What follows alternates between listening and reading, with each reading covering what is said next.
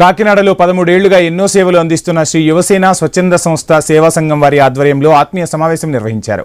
ఈ నేపథ్యంలో కోవిడ్లో తల్లి లేక తండ్రిని కోల్పోయిన విద్యార్థులకు యువసేన స్వచ్ఛంద సంస్థ నిర్వాహకులు అండగా నిలిచారు.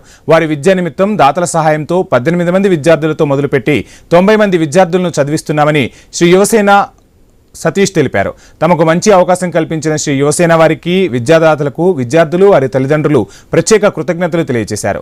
ఇక ఇదే అంశానికి సంబంధించి ఫుల్ డీటెయిల్స్ మా ప్రతినిధి రాజేష్ అందిస్తారు.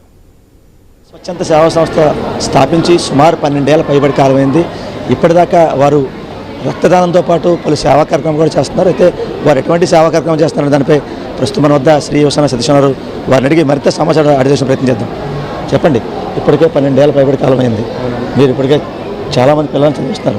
అసలు ఏంటి చేయడానికి కారణం ఏంటి సార్? ఇది సంస్థ స్థాపించి అయితే 12 సంవత్సరాలు పూర్తయింది సార్. 2013 సంవత్సరంలో మాతో కలిసి చదువుకున్న మా స్నేహితుడు దూరం అయితే తన గుర్తుగా చేసిన ఒక మంచి కార్యక్రమంతో ఆ వచ్చిన ఆలోచనతో మొదలైంది శ్రీ యువసేన సేవా సంస్థ. అయితే మీరు ఈరోజు ఈ కార్యక్రమంలో చూసారు, ఇక్కడ 91 మంది చిన్నారులు ఉన్నారు సార్.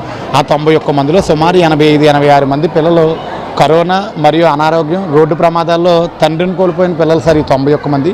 ఈ ప్రయాణం ఎలా మొదలైంది? విద్యా ప్రయాణం అంటే 2021 సంవత్సరం కరోనా సెకండ్ వేవ్లో తండ్రిని కోల్పోయిన పిల్లలు ఒక 18 మంది పిల్లల విద్యా బాధ్యత మన శ్రీ యువసేన ద్వారా తీసుకుని వారిని చదివిస్తున్న విషయం మన మీడియా ఛానల్ ద్వారా అనేక మందికి చేరి కాకినాడ చుట్టుపక్కల ప్రాంతాల్లో, అంటే ఉదాహరణకి సిటీ, రూరల్, పిఠాపురం, పెద్దాపురం, జగ్గంపేట, ప్రతిపాడు, తుని, రాజమండ్రి ఇలాంటి ఊరుల్లో అది మన మీడియా ఛానల్స్లో కానీ పేపర్స్లో కానీ చూసి వారి పిల్లల్ని తీసుకుని వారు మన శ్రీ యువసేన బ్లడ్ బ్యాంక్ వచ్చి, సార్ మా భర్త గారు ఇలా కోవిడ్లో చనిపోయారు, లేకపోతే రోడ్డు ప్రమాదంతో చనిపోయారు, అనారోగ్యంతో చనిపోయారు, వీళ్ళు ఇప్పటివరకు ప్రైవేట్ స్కూల్స్లో చదువుకుంటున్నారు, వారు అకారణంగా అన్యాయంగా మమ్మల్ని వదిలి దూరంగా వెళ్ళిపోవడంలో పిల్లల భవిష్యత్తు ఏంటి అనేది మాకు ప్రశ్నార్థకంగా మారింది సార్.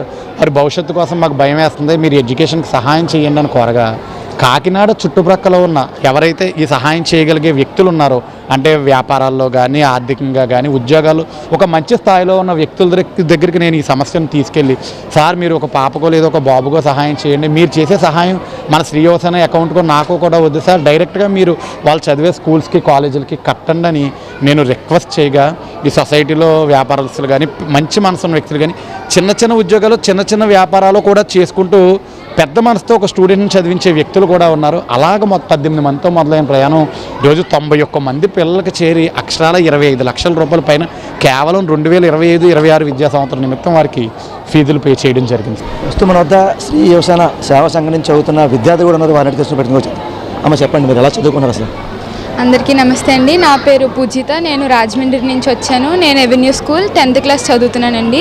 మా డాడీ కోవిడ్లో ఎక్స్పైర్ అయ్యారు. సో మమ్మీ చాలా హార్డ్ వర్క్ చేశారనమాట మమ్మల్ని చదివించడానికి. అప్పుడే మా డాన్సర్ కాశీ సార్ అని మమ్మీకి యువసేన సతీష్ అన్నయ్య గురించి చెప్పడంతో మమ్మీ కాంటాక్ట్ చేశారు అన్నయ్యని, ఇలా మా ఇద్దరు పిల్లల్ని చదివించమని. అన్నయ్య మమ్మల్ని 3 సంవత్సరాల నుంచి అదే స్కూల్లో చదివిస్తున్నారు. మా డాడీ ఏ స్కూల్లో మమ్మల్ని చేర్పించారో అదే స్కూల్లో మేము కంటిన్యూ అవుతున్నాను. నాకైతే చాలా హ్యాపీగా ఉంది. 13 ఏళ్ల కాలం అయింది అయితే శ్రీ యువసేన స్వచ్ఛంద సంస్థ. దీని ద్వారా అంటే సుమారు 91 మంది పిల్లల్ని ఇప్పటికే చదివిస్తున్నాము. అంటే ఏవైతే డోనర్స్ ద్వారా వచ్చిన డోనర్స్ని కోవిడ్లో ఎవరైతే తల్లిదండ్రులు కోల్పోయారో వారి పిల్లల్ని మేము ఏవైతే స్వచ్ఛంద సేవా సంస్థ ద్వారా చదివిస్తున్నామో మాకు చాలా ఆనందంగా ఉంది. అంటే మాపై వచ్చిన ఆరోపణలు వారు తెలియకో మాట్లాడుతున్నా నాకు తెలియదు, కానీ కొంతమంది మరి మాట్లాడుతున్నారు, అది దేవుడిగా వదిలేస్తాను.